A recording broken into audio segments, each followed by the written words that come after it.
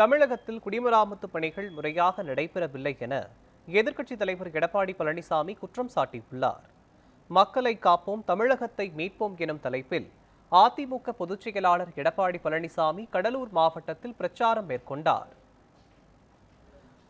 முத்தாண்டி குப்பத்திற்கு சென்று அவருக்கு கட்சி நிர்வாகிகள், பொதுமக்கள் உற்சாக வரவேற்பு அளித்தனர். இதனைத் தொடர்ந்து விவசாயிகளை சந்தித்து பேசிய எடப்பாடி பழனிசாமி குறைகள் மற்றும் கோரிக்கைகளை கேட்டறிந்தார். அப்போது பேசிய அவர், திமுக அரசு குடிமராமத்து பணிகளை முறையாக நடைமுறைப்படுத்தவில்லை என குற்றம் சாட்டியுள்ளார்.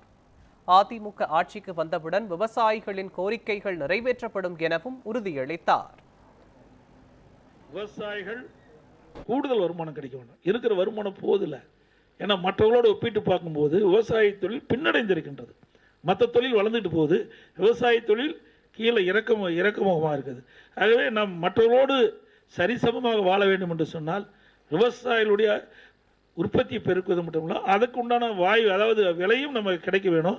அதற்கு என்னென்ன வகையில் திட்டங்களை தீட்டி செயல்படுத்த வேண்டும் என்று எண்ணி நான் இருந்தேன். ஆனால் இடையில் ஒரு கால சூழல் மாறிட்டது.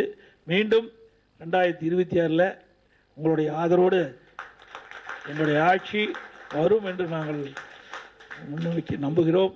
அப்படி வருகின்ற பொழுது விவசாயிகளுடைய பிரதான கோரிக்கைகள் எல்லாம் நிறைவேற்றுவதற்கு எங்களுடைய அரசு தயாராக இருக்கும் என்பதை சொல்லி எங்களுடைய அழைப்பு ஏற்று அந்த இங்கே பல அமைப்பை சேர்ந்த நிர்வாகிகள் அத்தனை பேரும் தங்களுக்கு ஏற்படுகின்ற பிரச்சனைகளை சுட்டி காட்டுவதற்கு நன்றி தெரிவித்து விடைபெறுகின்றேன்.